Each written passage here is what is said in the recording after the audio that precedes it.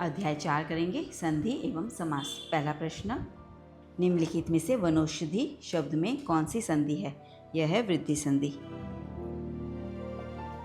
ये रहा one plus औषध वनौषध, जिसमें अ के में आ रहा है अ और औषध में आ रहा है औ, तो दोनों को मिलाकर हो जाता है औ, तो वनौषध। यह वृद्धि संधि कहलाती है। संधि के कितने भेद होते हैं? संधि के 3 भेद होते हैं। संधि के 3 भेद होते हैं, स्वर संधि, व्यंजन संधि और विसर्ग संधि।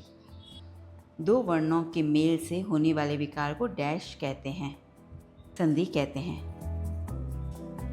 2 वर्णों के मेल से जो परिवर्तन होता है उसे संधि कहते हैं।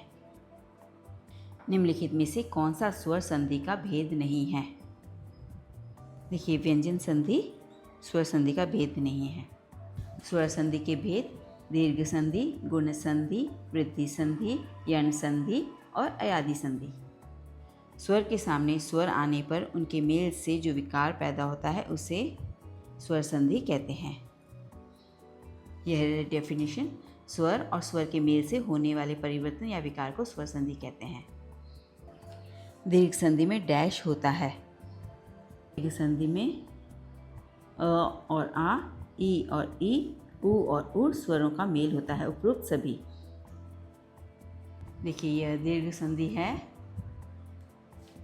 जिसमें अ से अ, आ से आ, ई से ई, उ से उ और उ से उ। दीर्घ संधि अ, ई, उ के बाद क्रमशः ह्रस्व और दीर्घ अ, ई, उ स्वर आए तो दोनों के मेल से आ, ई, उ हो जाते हैं। तो आप देख रहे हो अ, ई और उ। निम्नलिखित में से कौन सा वृद्धि संधि का उदाहरण है? देखिए, वृद्धि संधि है जिसमें ए और औ होता है। यह रहा तथा प्लस एव तथैव। आप देखेंगे आ प्लस आई इक्वल्स टू आई हो जाता है। यह वृद्धि संधि, जहाँ औ हो जाना चाहिए, नहीं तो आई हो जाना चाहिए। वनौषध देखेंगे आप, वन प्लस औषध हो गया, तो यहाँ पर भी अ प्लस औ हो गया है, तो हो जाता है औ।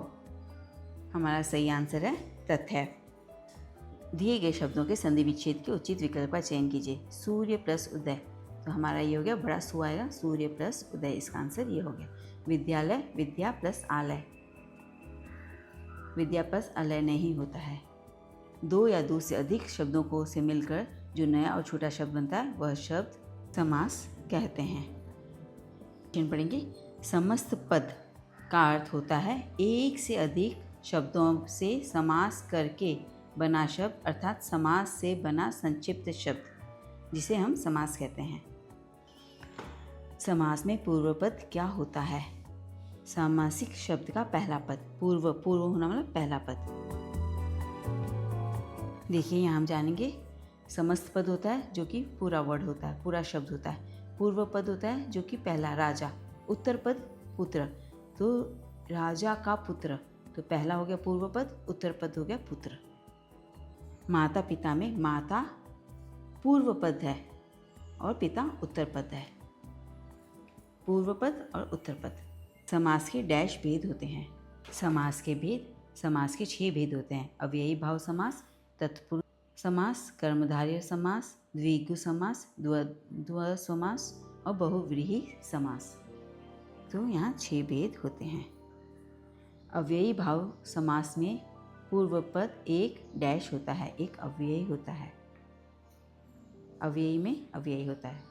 अव्ययी समास, जिस समास का पहला पद अव्ययी होता है और प्रधान होता है उसे अव्ययी भाव समास कहते हैं। जैसे यथा नियम, नियम के अनुसार, प्रतिमास, प्रत्येक मास, यथा संभव, जितना संभव हो।